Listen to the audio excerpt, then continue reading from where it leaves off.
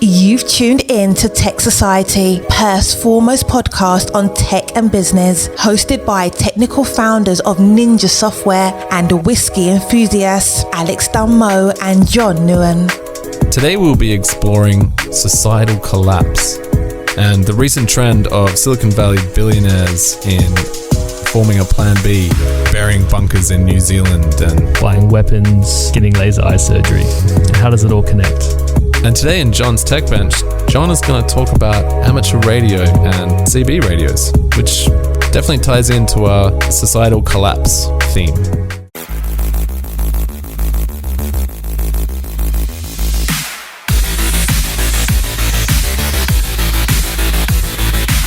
All right, so today I want to talk about, in fact, I want to talk about this for a while. I think it's a pressing concern with a lot of people, and that is societal collapse. So we're Tech Society. I want to talk about societal collapse. So this before we jump into it, are we talking about economic collapse? Are we talking about...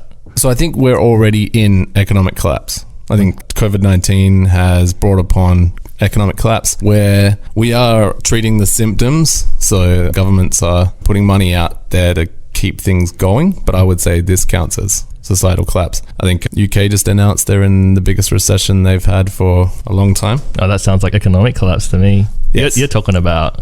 I'm talking about full-blown societal collapse. You can't trust the police to protect you anymore. Electricity may not be working. Society is no longer protecting you. Okay. So you got to fend for yourself. Yeah. So I want to start by referencing a paper penned by a physicist from the Alan Turing Institute from the University of Tarapaca, which I've never heard of. I probably said it wrong. But they predict that there's a 90% chance that civilization will soon collapse. 90%, yes. Well, we're talking like in the next 1,000 years or what? Well, in the next 20 to 40 years. Whoa, okay. Yeah. So they say that calculations show that maintaining the actual rate of population growth and resource consumption, in particular forest consumption, we have a few decades left before an irreversible collapse of our civilization. It's pretty pessimistic. It's pretty dramatic. But I think a lot of people are feeling this, right? Especially COVID-19. Everyone suddenly realized how fragile everything really is. Suddenly toilet paper's gone and you're sitting there on the toilet going, no one's looking after me. When you sit on the toilet and there's no toilet paper left and you can't buy any toilet paper, you start to realize how reliant you are on society, on fundamentals. Everyone made jokes about it, but I was that guy. I was sitting there, oh shit. Literally. So I have a confession to make. During that period of idiots rushing the shops, I decided that I was going to buy a gun. You know, I was going to go. This is Australia, obviously, so I was going to big deal for an Australian. I was going to go to a gun club and become a member and learn how to shoot safely and be a safe gun owner. You know, they keep my gun for a year and then eventually I buy a nice safe and I hold on to my gun because I suddenly realized that look how people behave when COVID-19.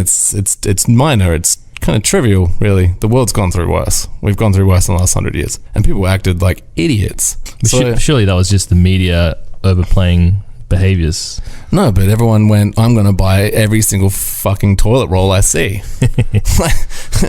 And, you know, I have a young family and in a societal collapse situation, I want to be the guy with the gun. Yeah, I know it's not very modern and woke to say that I want to own a gun. And I'm not pro-guns. I'm not anti-guns either. But yeah, I felt that... You needed the edge. I felt that doomsday prepping fear. I did. I went, shit, I need to stockpile rice. Rice, I get that. And get a gun. So... But isn't the whole post-apocalyptic scenario, your chances of survival are much better if you had a team of other preppers, right? Like a whole squad. Well, I think your chance of survival is always better if you have a community, right? And I think a perfect example of that is Cuba survived the economic oppression placed on them by banding together as a community. You know, local communities would plant local community gardens and feed each other by banding together, and I think that's a good example of what you actually need to survive. With doomsday preppers, I think are more about like I want to get in a bunker, and yeah, there's a selfish aspect to that. Yeah, I want to fill it with guns and ammunition and tons of food, and just wait until everyone else is dead. Yeah, because that's a world they want to live in, apparently. All right, so COVID-19. I would say, has awoken, or not awoken, it was already here, right? Yeah, there's the undercurrents of dissatisfaction, I think. That National Geographic show, Doomsday Preppers, is pretty popular. Yeah, Netflix, and I think just 2020 in general has been a trying year for many, not just with COVID-19. Yeah, well, bushfires. Bushfires kicked off the whole year. Looming potential war with Iran. That was fun. Yeah, there was unrest across the world. It feels negative. Maybe it's not so bad, but if it was, we got to prepare for it. And this is not a preppers podcast. No, we're not preppers. No, we're just having our take on things. Yeah, I'm not wealthy enough to be a prepper. It's not a cheap. You could buy it's not a cheap endeavor. You just got to find a missile silo that's been decommissioned. But if you were wealthy enough, that's something that you can do. Would you buy a bunker or build a bunker in your backyard? Well, I've had to spend money in my wallet for once. I would just pull it out of my pocket. It's a big wallet. But turns out there are people out in the world who do have enough money to fund their role-playing fantasies, but very real threat of societal collapse. Yeah, I think it's fair to feel that we are in a situation where society could actually collapse, especially if you're an American. I think as an Australian, things feel a bit more stable. Just because we're so far away, doesn't it? It's like, yeah, we're over here in Western Australia. But I do feel their politics and their situation affects us, especially as our economies are, fairly tied together. It is symbiotic. Yeah. And you can't talk about societal collapse without referencing Donald Trump. This is the perfect time to talk about doomsday prepping and Donald Trump, because I don't know if you're familiar with the post-apocalyptic film The Postman. The Postman, no. So The Postman is a 1997 Western post-apocalyptic action-adventure film directed and produced by Kevin Costner. Wow. Yeah. I remember Waterworld. Yeah. So in The Postman, he kind of saves post-apocalyptic United States by bringing back the Postal Service. That's pretty cool. Yeah, it's a real cheesy flick. You should see it. It is, I wouldn't say it's a classic, but like Waterworld, you need to experience peak Kevin Costner. It's 90s Kevin Costner.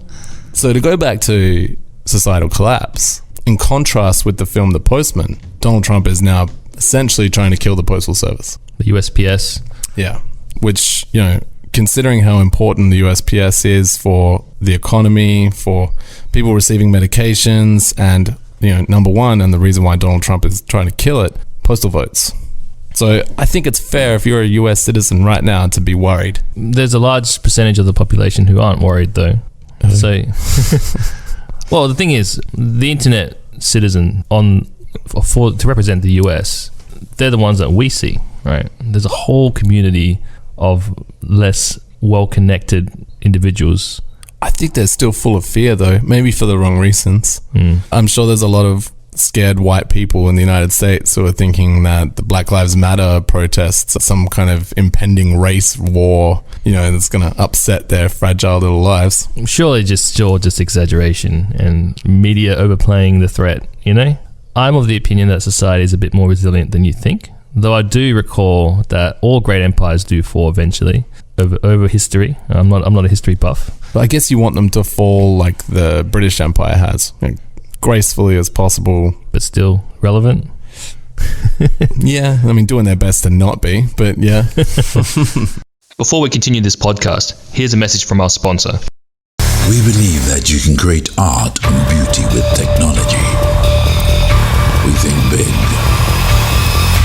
We move quietly. We are Ninja Software.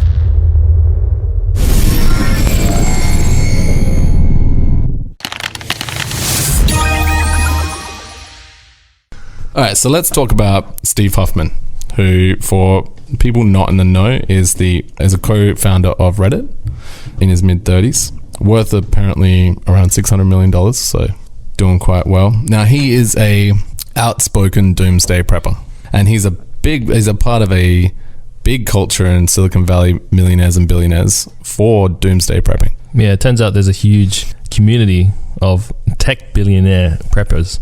This is actually going to segue into an article that we'll link. Yeah. By the New Yorker. Yep. It's a pretty confronting article. It's called Doomsday Prep for the Super Rich. We'll put a link in the description. So yeah, some of the wealthiest people in America and Silicon Valley, New York and beyond getting ready for the crack up of civilization. Pretty scary. These people are afraid. Or they just got the money to spend.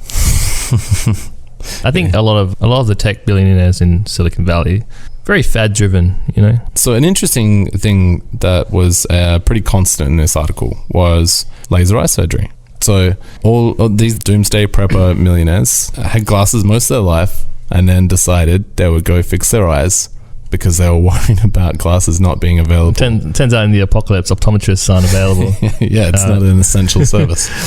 Contacts and glasses, just a nice to have. Well, yeah, I mean, it does make sense. I wear glasses. Thankfully, I can see without them, so I'm not rushing off to... There's plenty of people that actually can't see at all. That's my partner, she can't see at all. Yeah. She's totally blind. I wouldn't trust her to cross the road without her glasses.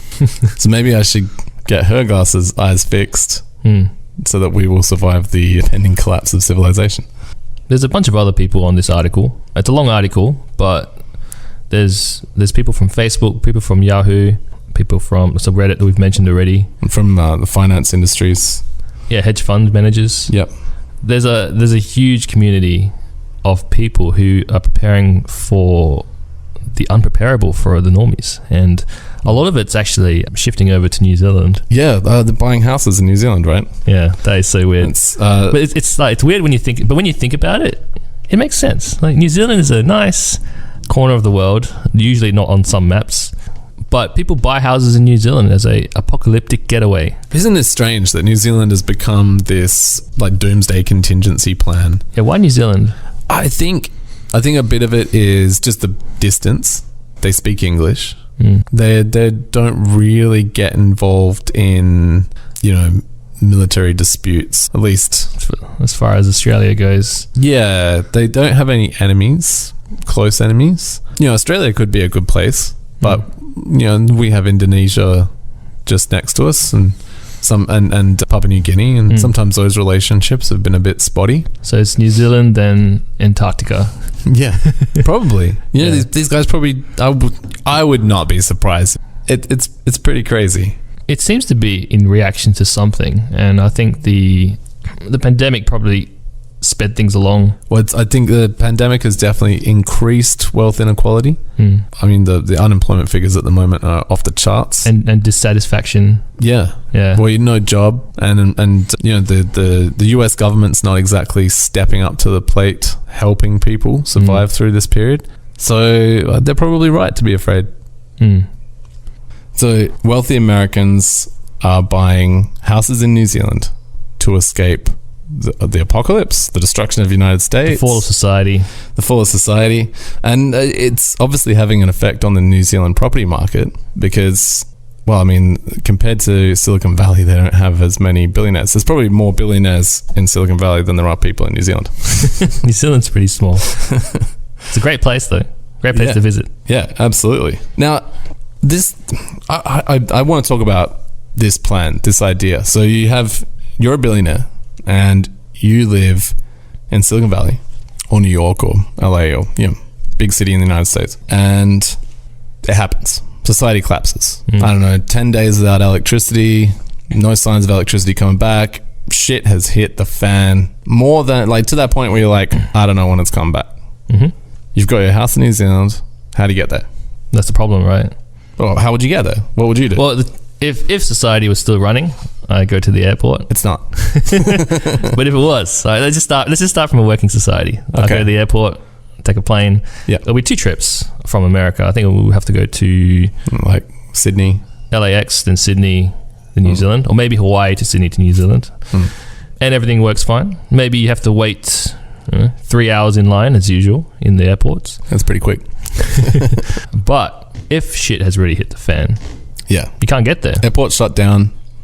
Let's say maybe there's... you take a private jet, right? Okay. So apparently the Gulfstream G550 jet can fly all the way from Silicon Valley to New Zealand. Wow, a custom jet. Can make the 7,000 mile journey from Nevada to New Zealand in one haul. So 15 hours, surely. apparently sales of these jets have gone up over the last few years as billionaires buy them to add to their bug out bags. Bug out planes. Bug out airports. Yeah. Okay, so private jet. How do you get to your private jet? If I was really rich, I'd have a helicopter. What about the helicopter pilot's family? You have to bring them, right? Yeah, that's a funny thing. You watch those action movies, the villain always just kills the guy who's helping him. Yeah. So he probably knows what's up. But no, you have to bring the pilot with you. You have to bring his family. Yeah, and you have to bring... Basically, you take people with you as you go along. You create this little party, right? But the problem is money has no meaning. Yeah, that's right. So the only thing you can offer them is their safety and their family's safety. And often they're also the guys with the guns, right? Like these billionaires have armed guards. But they're being paid by dollars, right? I don't know if these guys have thought this plan through. Or are they just, every time they see any kind of sign of unrest, they get in a plane and they go to New Zealand? That's the thing. Yeah, it's like, by the time it's really obvious, it's kind of too late, I think. Yeah, so if you look back in the last few months, do you think when the Black Lives Matter protests really kicked off, were these guys getting on planes and going to New Zealand for a bit of a holiday? To make sure? I assume no, but maybe some of the more dedicated preppers did go. Or then COVID-19, they wouldn't let them in. So no, they have to how long would it take to get to New Zealand? 20 hours maybe from America. So you're 20 hours there, 20 hours back. And then the second time it happens, so COVID-19 kicked off in February. Mm-hmm. You come back in March, and then the protests start soon after. You just can't be bothered going again. yeah, but it's like the boy who cried wolf, right? Yeah. This will be fine. you're that dog in the house. Yeah, until it's too late. Yeah, this is fine. Which means New Zealand's not quite a good solution. You need a place that's closer, right?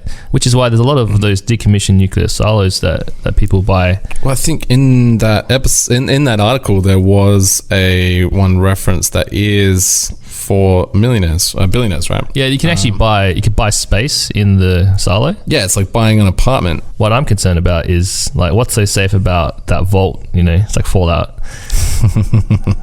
Everyone has to work together and create a little sustained economy. It's an interesting thought experiment. So it's called the Survival Condo Project. So you reckon Survival Condo Project is like the what's the company from Fallout? Vault-Tec. So Survival Condo is like our version of Vault-Tec. So it's an Atlas missile silo turned into luxury survival condos. Survival bunker security, full luxury resort living. What a great business idea, though. And billionaires have bought, I'm pretty sure it's almost all sold up, if not already all sold up.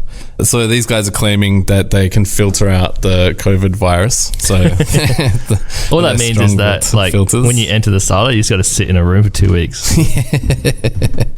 So this is a massive project, and one of the things I love about these installations, the survival condos, is they have fake windows that are like high definition TVs, and you can set your location kind of anywhere in the world. I think one person wanted to be in a skyscraper in New York, so you can see the traffic down below. Yeah, all your minions that no longer exist. You can pretend that society didn't collapse because of wealth inequality. But then again, these kind of things take a whole team of people to run, right? Yes, and that's right. There's your next problem. So prepper culture, there's actually, like I told you before, there's a gap between the selfish type and the team type. And you can't be in the middle where you're selfish but you're being helped by a team.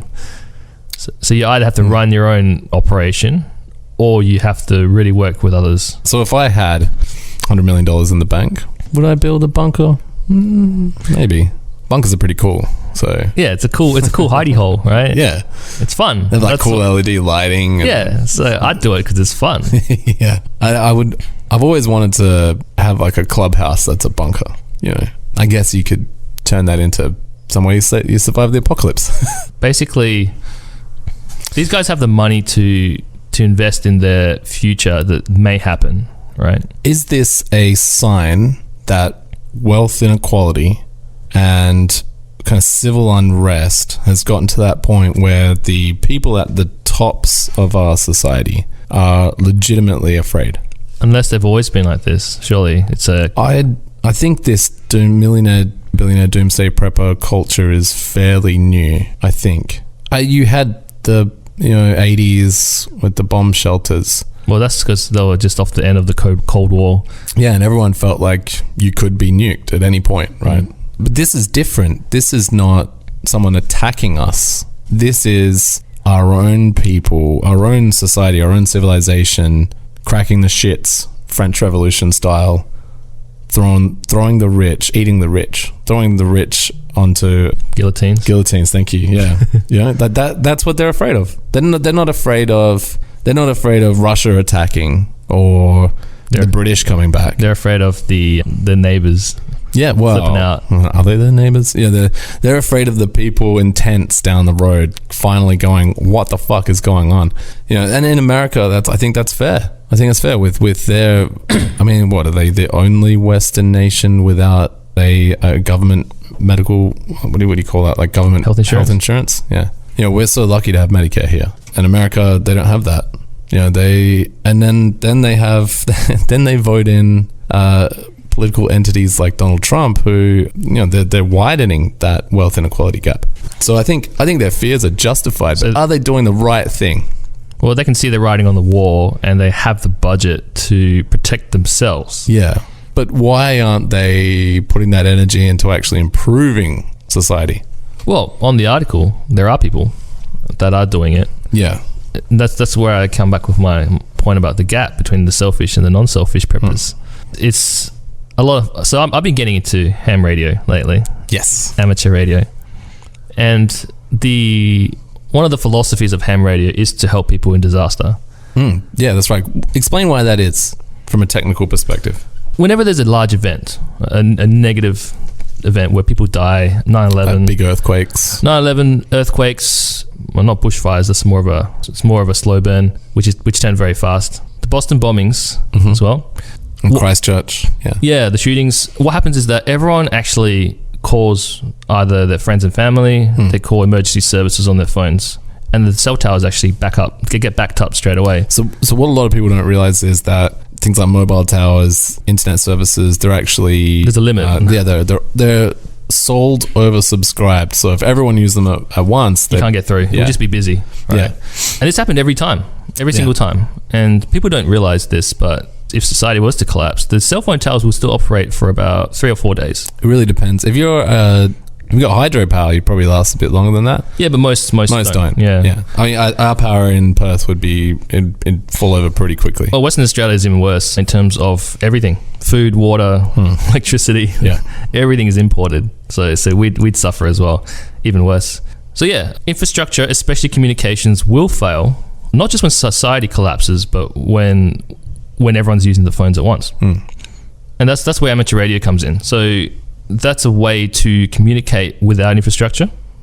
It's a way to... It's like a walkie-talkie, but on steroids, right? So you can communicate across the country. You can communicate across to another country using specific tech in ham radio. And that's something that a lot of preppers tend to... Well, a lot of the fad preppers tend to miss out on is communications.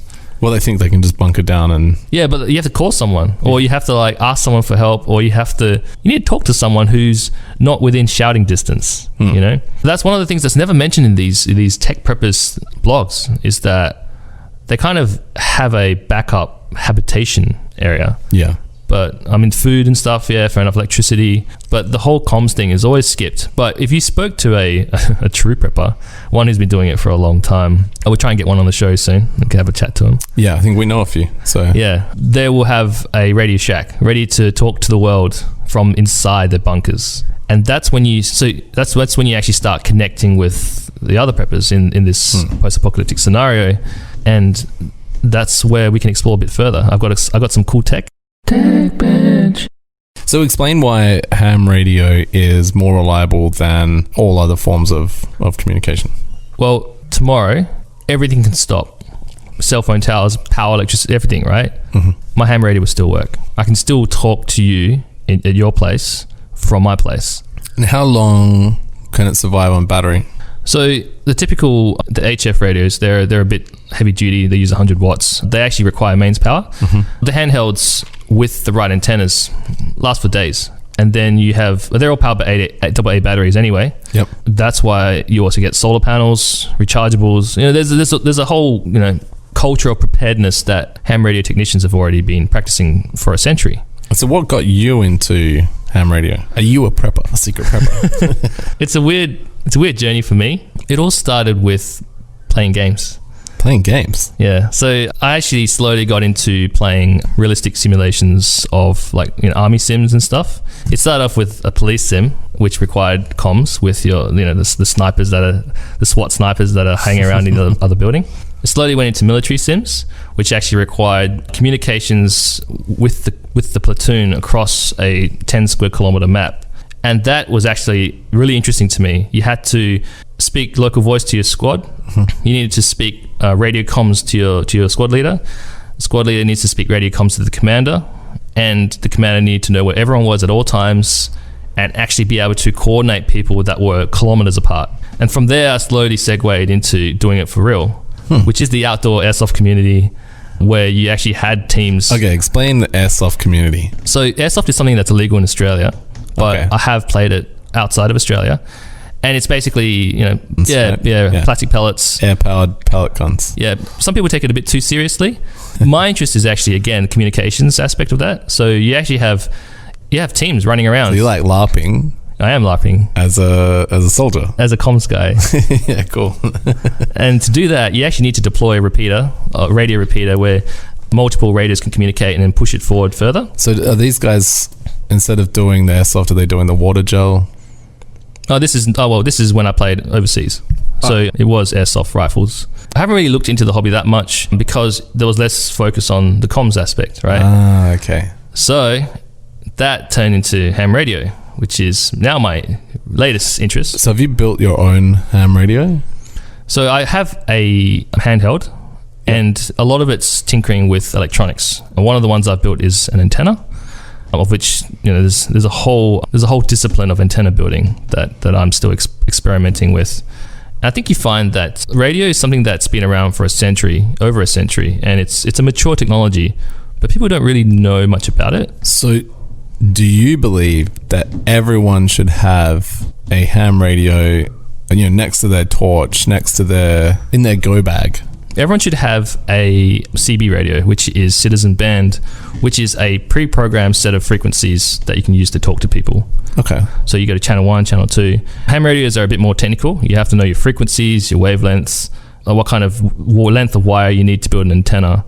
It's more involved, but usually if you had CB radio, I can just get a handheld though, right? yeah, you can get a handheld, but there's different types of handhelds. And the one I'm talking about, so the guy with the ham radio, the amateur radio, that lets you set different frequencies and all that, that's the guy who will coordinate everyone else with the basic radios. But I'm never going to be that guy. So let's say I'm not a Doomsday prepper, but I want to be I want to feel a little bit prepared, right? So I'm the guy who tries to get a gun. So I've got my go bag. And in the go bag, I've got my family's passports, stack of cash. So for the comm side, you want to...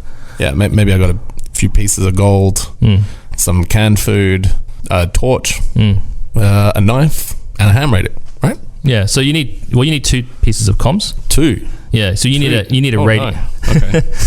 You need an AM radio just to hear news or forecasts. Okay. And broadcasts from government. That's a great point. I guess... Just to listen We to... don't even really listen to radio much. The only time I listen to radio now is I turn on my car, and CarPlay takes a while to turn on. Yeah, so there's shortwave or AM radio. Yep. Basically, the government can communicate with you when everything's gone. So that's important.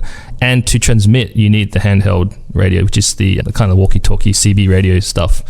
Particular models, I can link it later.